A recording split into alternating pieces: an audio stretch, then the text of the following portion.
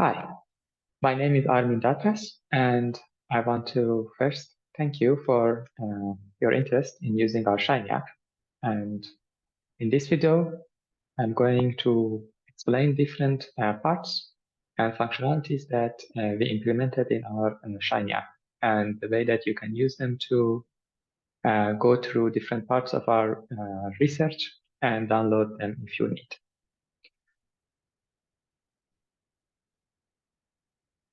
So when you will reach our website, you will face this starting page, which I explain here, what we have done in our research and how can you find the raw data and who supported the project. In the second, you can here click on different parts. In the second part, you will see the video soon here instead of this one. And in this video, I will explain how to use the functionality, as I mentioned. In the data tab, I explain where did I get the data. If possible, I also refer to a paper with a link. Also, RARIs are available on Sequence Read Archive. And also the codes that I use to do the analysis are available on the GitLab through clicking here. I list the methods that I used in this project here and their version and where to find them. First, let's say that you are interested to find a gene of interest, but you don't know the ID of that gene. I use different methods to assign functional annotation to the genes using different methods. Eggnog mapper, orthofinder, CAP-scan, gene ontology, best blast hit against Arabidopsis thaliana, Araport annotation, and interpro-scan. You can always make the screen bigger or smaller if you want, but I'm fine with this. I provided a short introduction of the methods here and in other sections as well. What is this tool used for, or any tool that is used, what they are, the parameters that I used for each of them. And here I provided a small tree that I used to infer orthogroups using orthofinder. First, when you scroll down in this page, you see the orthofinder table, which has multiple functionalities. Here, you can specify how many columns do you want to see at each time. I will keep the number 1 for the moment. By clicking on any of these buttons, you can download the table. Here, you can go through different pages of the table. You can search for different terms using these buttons or search in the whole table. I also implemented an online multiple sequence alignment viewer here, but unfortunately it is only available for Chrome, Brave, Safari. I didn't test for anything else, but it does not work on Firefox. In the multiple sequence alignment part, you can write a name here, or two group ID, and the sequence alignment, multiple sequence alignment will be shown here. You can scroll up and down, and there are different sequences on y-axis, and amino acids are on the x-axis. You can click on a different row to have a line to find your gene of interest easier, or you can also click on a specific column.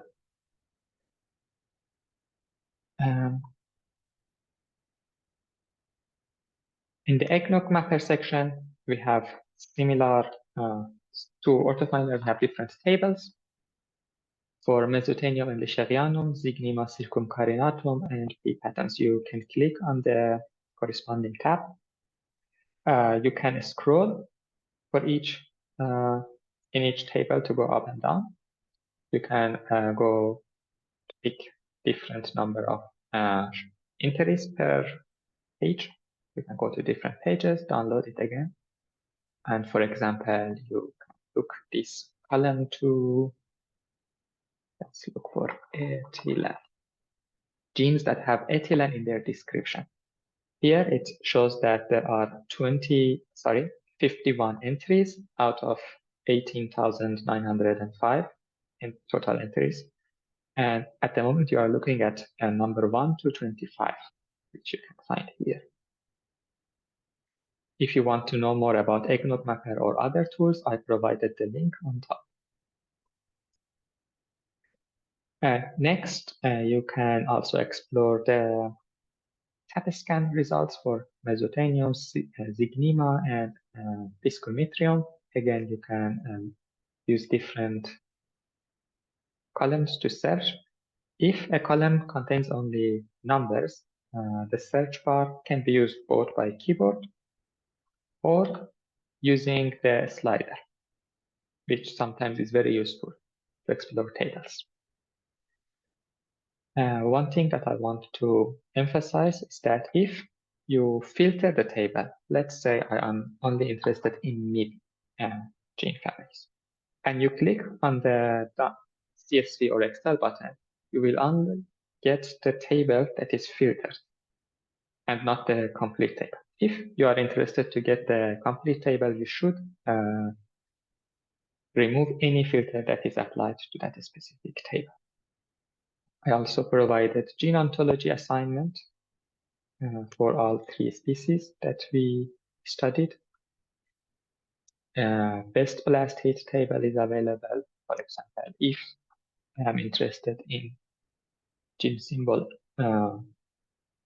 this gene symbol, I can find whether there is a hit in Mesotelium, Leishmaniasis, Zygnema, or Pisco. Also, there is a table for interpro scan. It's a very big table, so if you download it, it will be very large. And you can use different columns to look for a gene or a protein accession or a specific analysis, for example, PFAM, or a description, let's say, transcription factor. And you can add more and more filters if you want. And you can see, for example, here again, that we have 147 entries out of more than 300,000 entries. And you can go up and down in this site. And for example, let's say I am interested in this gene that I picked before.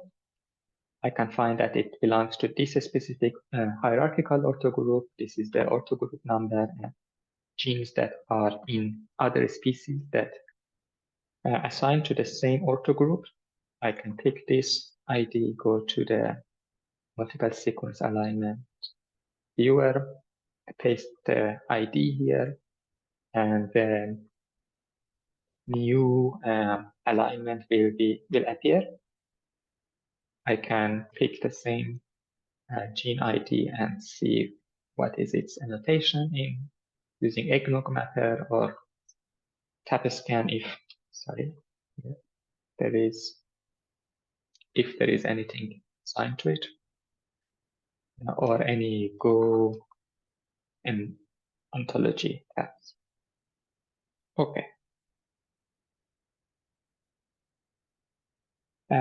I want to emphasize that you also can scroll left and right for some tables. So if you cannot see the whole table, either you can download it and use it on your machine, or try to scroll left and right and up and down sometimes. You can also do that. In the next section, I provided some exploratory data analysis plots, PCA, MDS, and a hierarchical clustering. I explained here what I did and what was the input data. And for all plots on this Shiny app, you can right-click and open it and save it, or there are basic changes that you can do. Again, you can use these tabs to move between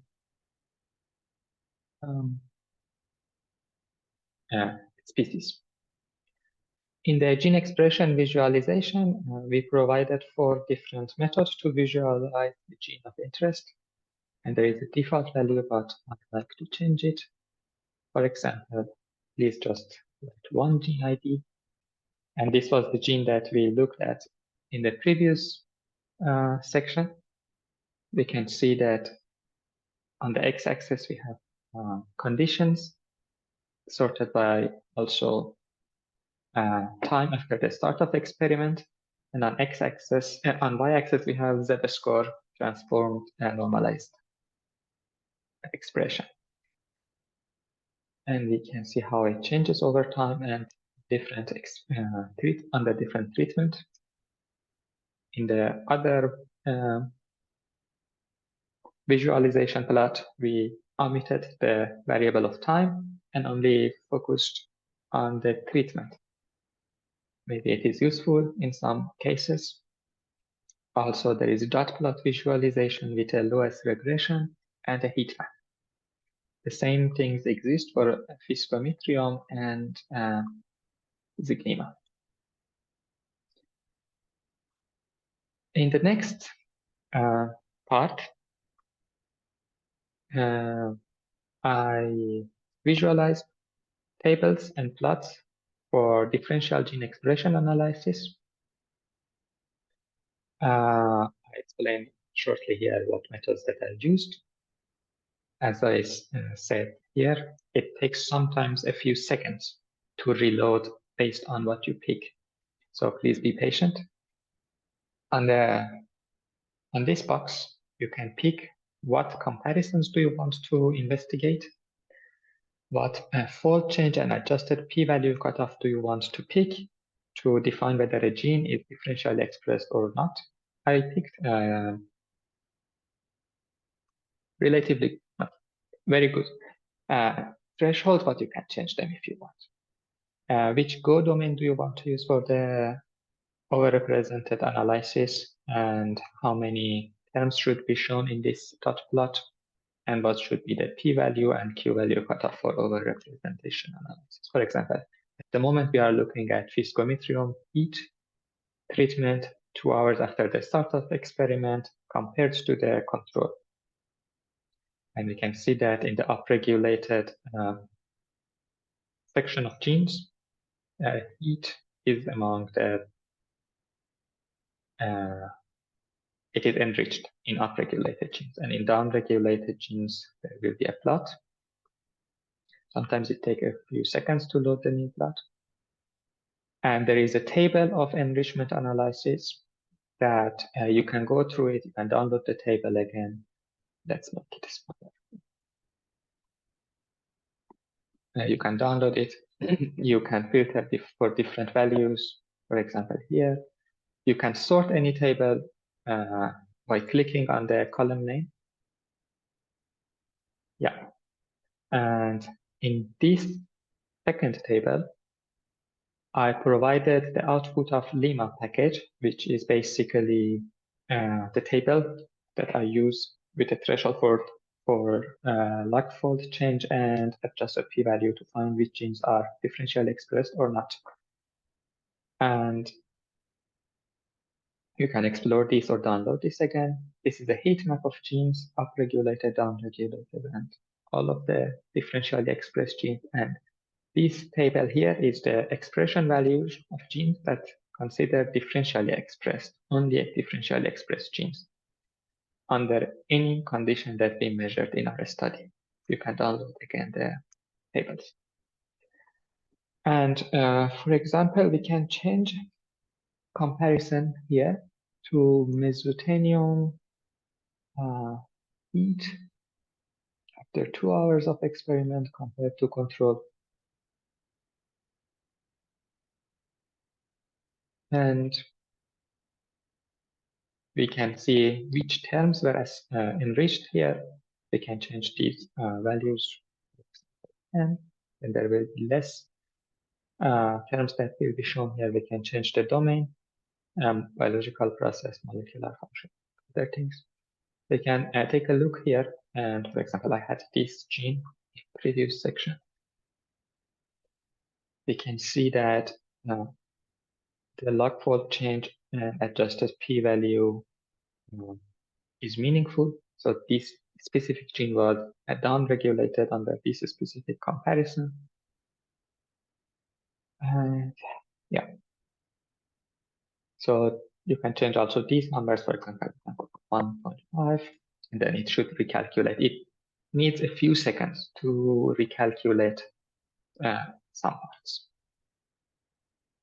In the next section, I visualized the DPGP, the results of a DPGP analysis. It's a co-expression network analysis that especially designed for time series data.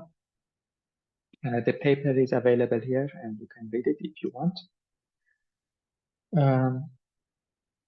Here you can pick different inputs to visualize on this page.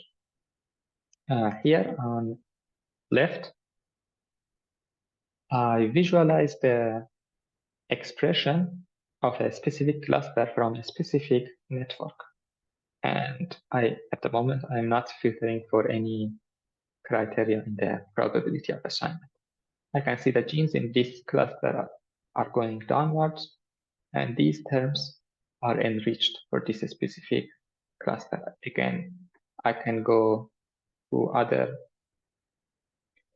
species if needed. For example, here I can see that in Zygnema, in this specific network, in this specific cluster, there is no term enriched, and you can see that the expression pattern is also very like a horizontal line. Let's go back to Vegetarian. This is the overrepresentation table, the result of it. And at the bottom of this page, I provided a table that you can again download by clicking on this. And here I specified the assignment of all genes to different clusters in this specific network. For example, I can look for my gene and it tells me that it is in cluster 2. So if I want to, I can go here and click on cluster 2. It takes a few seconds. And I can see that the expression of genes in cluster 2 based on DPGP is like this. These two specific Go terms are enriched in this cluster. And I can also look at the number of genes in cluster 2.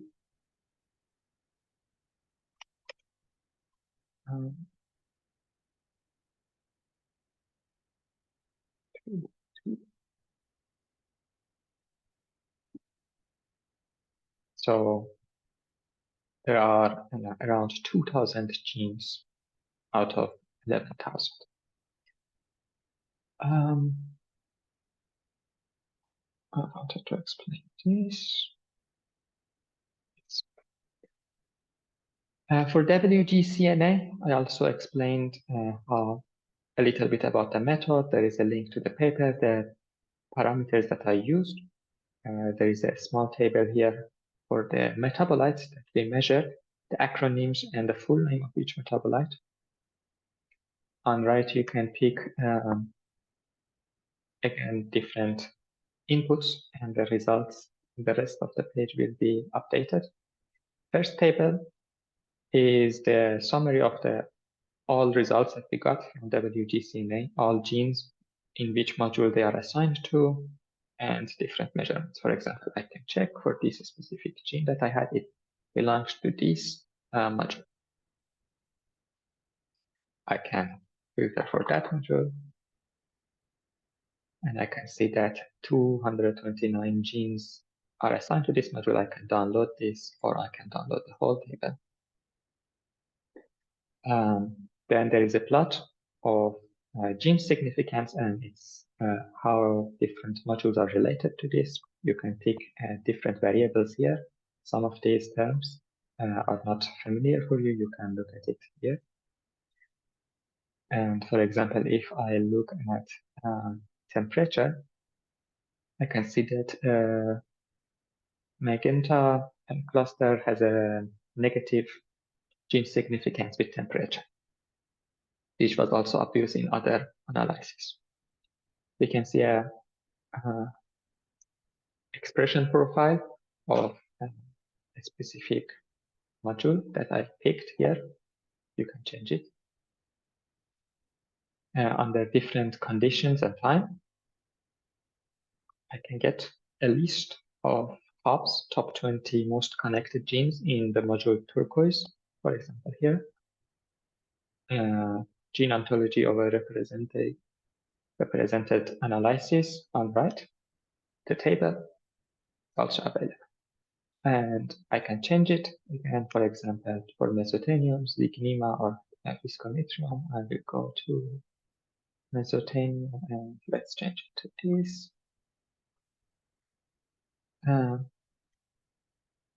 This part got updated. There is no overrepresented term. These are the hubs of this module. And this is the overrepresentation table. And for example, again, we can pick this gene and go to the first page that I introduced and see whether we know anything about functional annotation of this specific gene using different methods. Now, lastly, I want to show the gene regulatory network that we predicted using a tool called Swing. You can read the paper by clicking here. And I provided a brief introduction to the method and what we used.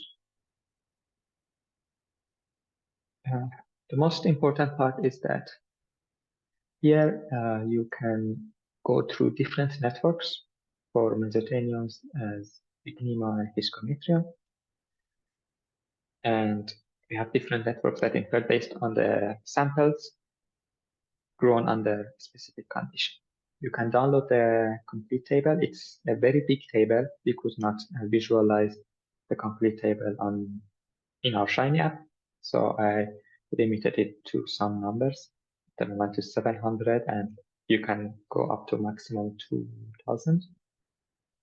Here you can write one gene ID, and then the table and the plot below will be filtered for it. At the moment, I'm not using it. Again, you can filter this table. I think there is no regulator for this specific gene, but there is not.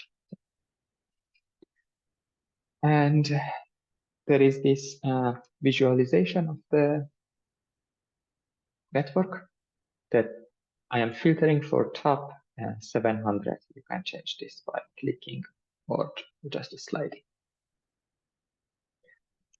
Using these buttons, you can move left, right, down, and up. You can also click on the screen and move it. Using these buttons, you can zoom in or zoom out or make it centered. You can also scroll with your mouse or touchpad. And if you zoom enough, there you can see the names and you can zoom out again. You can move nodes around. You can also pick nodes from here. For example, let's say I'm interested in this gene. This will be the gene, and I can take it out. And everything that is connected to it will come out of the network. Then I can zoom in and look at it. I can do the same for others. Some of them are a bigger subnetwork, so it takes some time to take them out. And again, you can zoom in and look at them or move them around. There is a direction for each node. Again, I want to emphasize that this is a filtered visualization of the whole network, and it is not the complete network. The size on the network does not mean anything. For example, here we have a big node, but it does not mean anything about this specific node. So basically, each node is big enough so the name can be fitted inside the node. If I click on a node, it will become yellow. The directly connected adjacent nodes will be blue, and those that are connected in second connection will be great with a name. But for example, here, yeah, you can see that. Yeah, this is mostly what I wanted to show. And yeah, I hope that you can use the website and enjoy using it. Thank you very much.